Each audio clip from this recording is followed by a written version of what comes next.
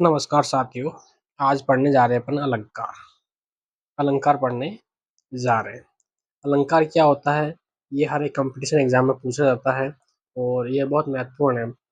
And school वाले बच्चों के लिए भी महत्वपूर्ण है और कंपटीशन जो एग्जाम देते हैं उनके लिए भी बहुत महत्वपूर्ण क्वेश्चन बनते हैं यहाँ से अलंकार से। तो अपन बारी बारी से अलंकारों को पढ़ेंगे, उनकी परिभाषाएं पढ़ेंगे, उनमें क्या चीजें अपने को नजर आती है उसके बारे में थोड़ा सा ढंग से पढ़ेंगे ताकि अपने क्वेश्चंस गलत ना हो। तो चलते हैं आगे के लिए। अलंकार का अर्थ। अलंकार का अर्थ अलंकृत करना या सजाना। अलंकृत करना या सजाना। अलंकार सुंदर वर्णों से बनते हैं और काव्य की शोभा बढ़ाते हैं। काव्य की शोभा बनाने वाले जितने भी शब्द होंगे, वर्ण होंगे, वो सारे क्या होंगे? अलंकार होंगे। क्या होंगे भाई? अलंकार। और अलंकार शास्त्र में आचार्य भामह, जो अलंकार शास्त्र के जो आचार्य हुए भामह, उन्होंने भी विस्तृत वर्णन किया किसमें? अलंकार शास्त्र में। वे अलंकार संप्रदाय के प्रवर्तक कहे जाते हैं। कौन? आचार्य भामह। आचार्य जो भामह है उनको अलंकार शास्त्र का प्रवर्तक या संप्रदाय का प्रवर्तक कहा जाता है। ठीक है। अलंकार के भेद कितने होते हैं? अलंकार के मुख्यतः अपन 3 भेद लेके चलते हैं। शब्दालंकार जो आपके सामने लिखा हुआ है, अर्थालंकार और तीसरा उभयालंकार। शब्दालंकार में क्या होता है? ये वर्णगत, वाक्यगत या शब्दगत होते हैं। यानी इनमें वर्णों का प्रयोग किया जाएगा, वाक्यों का प्रयोग किया जाएगा और शब्दों का प्रयोग किया जाएगा। यानी जहां वर्ण, वाक्य और शब्द होते हैं, जैसे अनुप्रास, यमक, श्लेष। ठीक है। यानी वर्णों का प्रयोग करेंगे, वाक्यों का और शब्दों का, तो वहां पे शब्दालंकार होंगे, जो जिसके प्रकार है अनुप्रास, यमक और श्लेष। फिर अगला आपके अर्थालंकार। अर्थालंकार में क्या होता है? अर्थालंकार की निर्भरता शब्द पर न होकर किस पे होगी? शब्द पर न होकर के किस पे होगी भाई? शब्द के अर्थ पर। किस पे होगी? शब्द के अर्थ पर। यानी शब्द पर नहीं होगी, इस पे होगी शब्द के अर्थ पर आधारित होती है। मुख्यतः इसके प्रकार कौन कौन से हो सकते हैं? उपमा, रूपक, उत्प्रेक्षा, अतिशयोक्ति, दृष्टांत, मानवीकरण आदि मुख्य अलंकार अर्थालंकार होते हैं, जहाँ पे शब्द पर निर्भरता न होकर के क्या होगा? उसके उसके अर्थ पर निर्भर करेंगे। ठीक है। अगला तीसरा उभयालंकार। उभयालंकार में क्या होता है? जहां काव्य में शब्द और अर्थ दोनों चमत्कार या सौंदर्य परिलक्षित करते हैं, बदलाव करते हैं, वहां पर उभयालंकार होता है। उभय का मतलब भी होता है दोनों। उभय का मतलब होता है दोनों, यानी शब्द भी होंगे और अर्थ भी होंगे। ठीक है। शब्दों में क्या होगा? शब्दोगत, वाक्यगत और वर्णगत होंगे। अर्थ में क्या होगा? शब्दों पर निर्भर न होकर क्या होगा? शब्द के अर्थ पर निर्भर होंगे। तो आपको समझ आएगा। ठीक है। इसको अपन कंटिन्यू करते हुए आगे चलेंगे पहले अलंकार के ऊपर, जो शब्दालंकार है। शब्दालंकार का पहल का जो पहला प्रकार है अनुप्रास अलंकार, उसको थोड़ा ढंग से पढ़ लेते हैं क्योंकि अधिकांशतः यहाँ से क्वेश्चन पुटअप होते हैं। अनुप्रास अलंकार किसे कहते हैं? वर्णों की आवर्ती। यानी इसका सीधा सीधा फैक्ट होता है वर्णों की आवर्ती। जहां वर्णों की आवर्ती होगी वहां पर अनुप्रास अलंकार होगा। तो वर्णों की आवर्ती से अनुप्रास अलंकार होता है। उदाहरण पढ़ेंगे। पहला उदाहरण आपके सामने है। मधुर मृदु मंजुल मुख मुस्कान। मधुर मृदु, तो यहाँ पे मधुर में मैं आ रहा है, मृदु के अंदर में आ रहा है, मंजुल में मैं आ रहा है और मुख में मैं आ रहा है और मुस्कान में मैं आ रहा है। यह सारी जगह पे मैं की आवृत्ति हो रही है, इसलिए यहाँ पे कौन सा अलंकार हो जाएगा भाई? अनुप्रास अलंकार हो जाएगा। इसी का दूसरा उदाहरण देखते हैं। सुरुचि सुवास सरस अनुरागा। सुरुचि सुवास सरस अनुरागा, यहाँ पे भी से की आवृत्ति हो रही है। देखो से 4-5 बार से का प्रयोग किया गया, इसलिए यहाँ पे भी अलंकार कौन सा हो जाएगा भाई? अनुप्रास अलंकार हो जाएगा। अगला अलंकार है अपने सामने यमक अलंकार। अगला कौन सा है? यमक। यमक अलंकार यानी अर्थात युग्म यमक में एक शब्द की दो या अधिक बार आवृत्ति होती है और उनका क्या होता है, अर्थ भिन्न भिन्न होता है। यानी यमक अलंकार में क्या होता है कि शब्द तो एक शब्द की दो या तीन बार आवृत्ति होती है, शब्द सेम ही रहते हैं लेकिन उनकी आवृत्तियां होती रहती है, लेकिन उनके अर्थ क्या होते हैं, भिन्न भिन्न होते हैं, अलग अलग होते हैं। तो उसमें यमक अलंकार होता है। यानी यमक का मतलब ही होता है युग्म, यानी जो शब्द आएगा वो युग्म में आएगा, जोड़ों में आएगा। इसमें आएगा, जोड़ों के अंदर आएंगे। ठीक है, तो जैसे पहला उदाहरण देख रहे हैं अपन, कनक। अब आप कनक में देखिए, कनक और कनक, ये क्या दो जोड़ों में आए, युग्म के अंदर आए, इसलिए इसमें यमक है। अब एक कनक का अर्थ अलग है, दूसरे कनक का अर्थ अलग है। कनक कनक ते सो गुनी मादकता अधिकाय, वा खाए बोराय नर वा पाए बोराय। यहाँ पे एक कनक का अर्थ लिया है धतूरा से और दूसरे कनक का अर्थ लिया है सोना से। ठीक है, तो शब्द सेम है दोनों के, बट इनके अर्थ क्या है, अलग अलग है, धतूरा और सोना। तो यहाँ तक आपको समझ आ गया होगा। यहाँ कनक शब्द की दो आवृत्ति हुई है, कनक के दो अर्थ निकले हैं, धतूरा और सोना, इसलिए यहाँ पे यमक अलंकार प्रयोग हुआ। दूसरा ऑप्शन आपके यहाँ एग्जाम्पल है, यह वह बांसुरी की धुनी कानी परे, कुल कानी हियो तजी बाजती। एक कानी ये हुआ, एक कानी ये हुआ, कानी। तो इस कानी का अर्थ क्या निकला और उस कानी का अर्थ क्या निकला, दो कानी है आपके सामने, दो कहानियों में अर्थ कौन कौन से है। तो एक कहानी का अर्थ देखो, दो बार आवृत्ति हुई है इनकी शब्दों की, तो एक कहानी का अर्थ तो आपका कान हो गया, ईयर। दूसरे कहानी का अर्थ हो गया आपके मर्यादा, डिसिप्लिन, अनुशासन, मर्यादा। ठीक है, तो यहाँ पे दोनों के अर्थ अलग हुए हैं, बाकी शब्द सेम ही है, शब्दों की आवृत्ति हुई है, कहानी फिर से कहानी, शब्दों की आवृत्ति हुई है, बट इन दोनों के अर्थ अलग है, इसलिए इनमें कौन सा अलंकार हो गया, यमक। यानी जोड़ों के अंदर कोई शब्द आएंगे, युग्म के अंदर शब्द आएंगे, जोड़ों में होंगे शब्द, या सेम शब्द दो बार तीन बार उपयोग होगा, तो वहां पे किसका उपयोग होगा, यमक अलंकार का प्रयोग होगा। फिर तीसरा आपका श्लेष अलंकार, तीसरा आपके सामने है श्लेष अलंकार। श्लेष, श्लेष अलंकार में क्या होता है, श्लेष अलंकार में एक शब्द से अधिक अर्थों का बहुत होता है, किंतु शब्द एक ही बार प्रयुक्त होता है। जैसे, यानी श्लेष अलंकार में एक शब्द से अधिक शब्दों का अर्थ बहुत होता है, यानी शब्द एक ही होगा लेकिन अर्थ क्या होंगे उनके, तीन चार अलग अलग अर्थ निकल जाएंगे।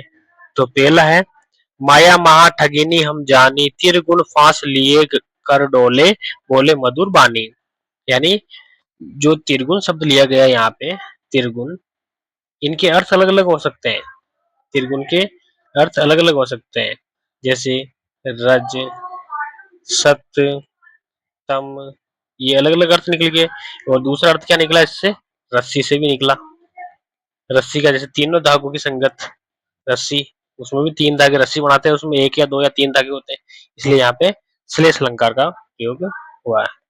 ठीक है, दूसरा है, जो रहीम गति दीप की, कुल कपूत गति सोए, बारे उजियारे करे, बड़े अधूरो होय। यानी जो रहीम की जो दोहा है उसमें दीप शब्द आया है।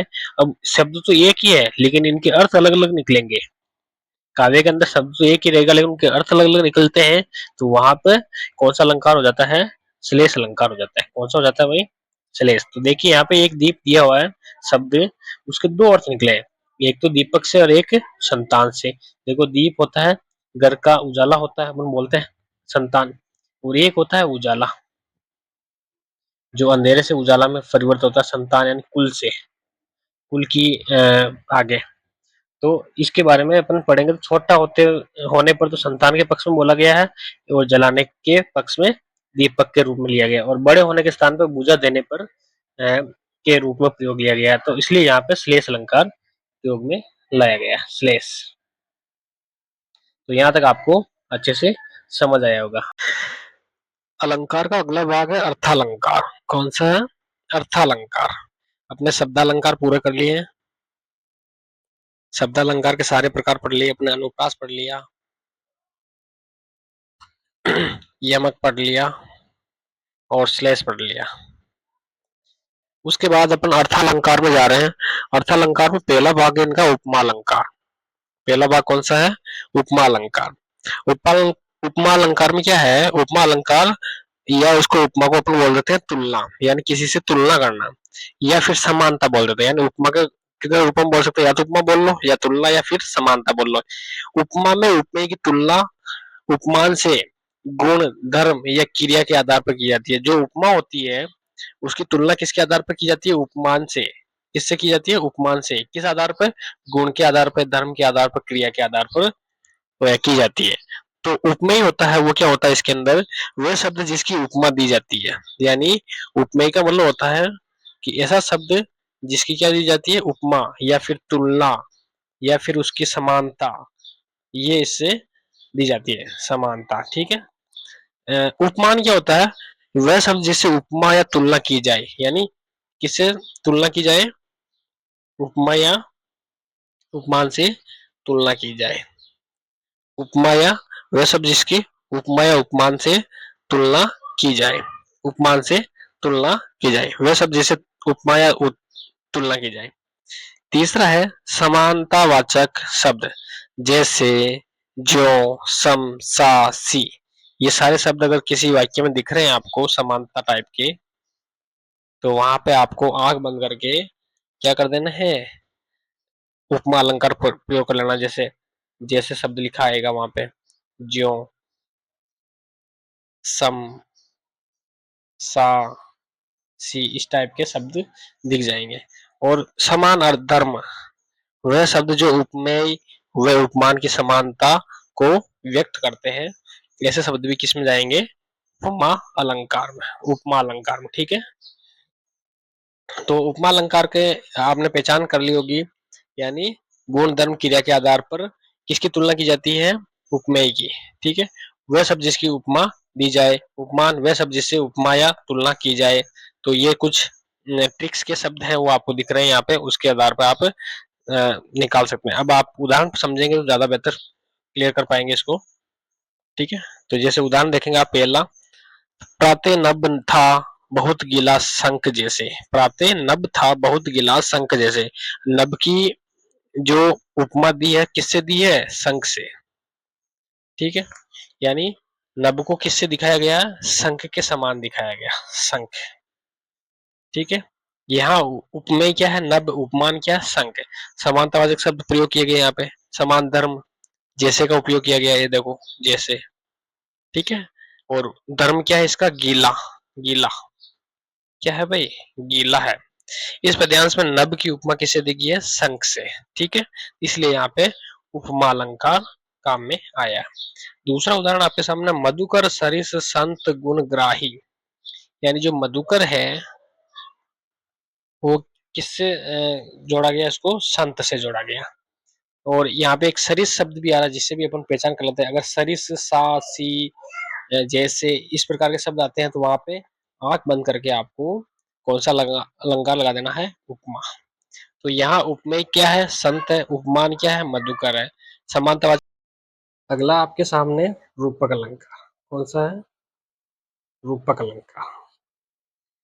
इसमें क्या होता है? उपमेय पर उपमान का अभेद आरोप होता है। जैसे आए महंत बसंत। महंत कब आए? बसंत। तो बसंत पर महंत का आरोप लग गया भाई। बसंत के ऊपर किसका आरोप लग गया? महंत का। इसीलिए यहाँ पे रूपक अलंकार हो जाएगा, आंख बंद करके। तो आपको समझ में आएगा, जहां जहां आरोप होगा वहां पे रूपक हो जाएगा। आरोप, रूपक, आरोप, रूपक, यानी आरोप से रूपक हो जाएगा। ठीक है। दूसरा, बंदो गुरुपद पदुप परागा। इस पद्यांश में गुरुपद है जो पदुप कमल क्या आरोप कर रहा है? यानी गुरु के जो पद कैसे हैं? गुरु के जो पद यानी पांव कैसे हैं? कमल के समान। तो यहाँ पे भी आरोप लग रहा है। ठीक है। इसलिए यहाँ पे भी रूपक अलंकार हो जाएगा। तीसरा आपके सामने उत्प्रेक्षा अलंकार। तीसरा कौन सा है? उत्प्रेक्षा अलंकार। यहाँ उपमेय में उपमान की संभावना की जाती है, जिसमें मानो, जानो, जनु, मनु आदि शब्दों का प्रयोग होता है। वहां पे किसका कौन सा अलंकार आएगा? उत्प्रेक्षा अलंकार। कौन सा आ जाएगा? उत्प्रेक्षा अलंकार। उदाहरण के रूप में सोहत ओढ़े पीत पट, श्याम सलोने गात, मनो नील मणि शैल पर, आतप पर्यो प्रभात। यहाँ पे देखो अपने जो कोडवर्ड निकाले थे वो मनु आ गया, मनो यानी मानो। तो अर्थात श्री कृष्ण के श्यामल शरीर पर पीताम्बर ऐसा लग रहा है मानो नीलम पर्वत पर प्रभाव काल की धूप जैसा। यानी जो शरीर के ऊपर जो पीला वस्त्र पहना है श्री कृष्ण ने, वो कैसा लग रहा है? नीले पर्वत के ऊपर धूप, यानी जो सूरज से धूप आ रही है उसके समान। इसलिए यहाँ पे संभावना प्रकट की गई है, तो वहां पे उत्कृष्ट अलंकार आ जाएगा। इसी के अनुसार चौथा है अतिशयोक्ति अलंकार। अतिशयोक्ति जो किसका है? अर्थालंकार का ही भाग है। जब किसी की अत्यंत प्रशंसा करते हुए बहुत बढ़ा चढ़ाकर बात की जाए तो वहां अतिशयोक्ति अलंकार होता है। यानी किसी को चढ़ाना है और उसकी प्रशंसा की जाए बढ़ा बढ़ा करके, तो वहां पे अति अति यानी अधिक, है ना? तो वहां पे अतिशयोक्ति अलंकार होगा। उदाहरण, हनुमान की पूंछ में लगन न पाई आग, लंका सगरी जरी गई, गए निशाचर भाग। यानी हनुमान जी की पूंछ के ऊपर आग नहीं लगी उससे पहले ही क्या हो गया? पूरी की पूरी लंका जल गई और निशाचर यानी राक्षस भाग गए। तो ये तो प्रशंसा हो गई, यानी आग न लगने से पहले ही वो राख हो गया, तो वहां पे अतिशयोक्ति अलंकार हो जाएगा। ठीक है, अतिशयोक्ति अलंकार। ठीक, इस पद्यांश में हनुमान की पूंछ में आग लगने के पहले ही सारी लंका जलना और राक्षसों को भाग जाने का बड़ा चढ़ाकर वर्णन किया है, इसलिए यहाँ पे अतिशयोक्ति अलंकार है। ठीक है, समझ आ गया? यानी बात को बड़ा चढ़ाकर कहना, प्रशंसा करना। फिर अगला मानवीकरण अलंकार। यहाँ कवि काव्य में भाव या प्रकृति को मानवीकृत रूप दे देता है, यानी सजीव रूप दे देता है, किसी का सजीव रूप दे देता है। यानी कोई चीज होगी निर्जीव को सजीव में परिवर्तित कर दी जाती है, तो वहां पे मानवीकरण अलंकार हो जाता है। तो वहां मानवीकरण अलंकार हो जाता है। जैसे उदाहरण देखेंगे, बीती विभावरी जागरी, अंबर पनघट में डूबो रही, तारा गट उषा नागरी।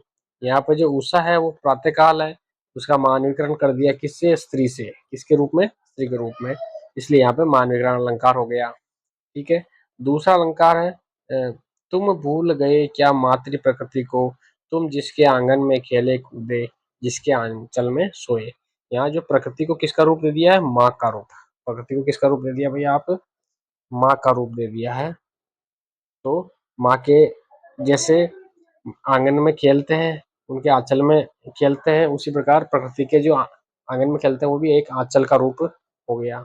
इसलिए प्रकृति को माँ का रूप देने की वजह से यहाँ पे भी मानवीकरण अलंकार हो गया। तो यहाँ तक आपको समझ आ गया होगा। तो इसके शॉर्ट कीज अपन ने पढ़े थे। एक तो शब्दालंकार, जिसके अंदर पढ़ा था अपन ने अनुप्रास, यमक, श्लेष, और फिर अर्थालंकार में भी अपन जस्ट पढ़े थे। कौन कौन से पढ़े थे? इसमें पढ़े अपन ने यह उपमा अलंकार, रूपक अलंकार, उत्प्रेक्षा अलंकार, अतिशयोक्ति अलंकार और मानवीकरण। इसमें कुछ अलंकार छूट रहे जो अपन नेक्स्ट वीडियो में पढ़ेंगे, लेकिन जितना अपन ने पढ़ा उनके कुछ शॉर्टकट्स समझ लेते हैं, डिस्कस कर लेते हैं उनके बारे में। शॉर्टकट समझ लेते हैं इनका। शब्दालंकार में अपने अनुप्रास पढ़ा था। अनुप्रास में क्या क्या क्या सीखा आपने? जहाँ एक ही वर्ण की आवृत्ति बार बार होती हो, वर्णों की आवृत्ति। ठीक है, वर्णों की आवृत्ति, वहां पे अनुप्रास अलंकार। दूसरा यमक अलंकार, यहाँ पे शब्द तो एक ही होगा लेकिन उनके अर्थ क्या होंगे? अलग अलग होंगे। यानी एक ही शब्द दो या तीन जगह आ जाएगा, जैसे कनक और कनक, यानी एक शब्द तो एक है लेकिन दो तीन जगह हुआ और तीनों के अर्थ अलग अलग हो गए। ठीक है, फिर तीसरा श्लेष अलंकार, जहाँ शब्द तो एक ही लेंगे लेकिन उनके अर्थ अलग निकलेंगे। यानी शब्द तो जैसे अपन ने त्रिगुण लिया, लेकिन उनके अर्थ अलग अलग निकल गए। तो ये चीजें अपन ने शब्दालंकार में पढ़ी। और अर्थालंकार में अपने क्या पढ़ा, एक तो उपमा अलंकार पढ़ा, तुलना करने के लिए सा सी से सम सरिस, ठीक है, ये अपन ने पढ़ लिया, यानी ये शब्द आ जाएंगे वाक्य में तो अपन उपमा कर देंगे।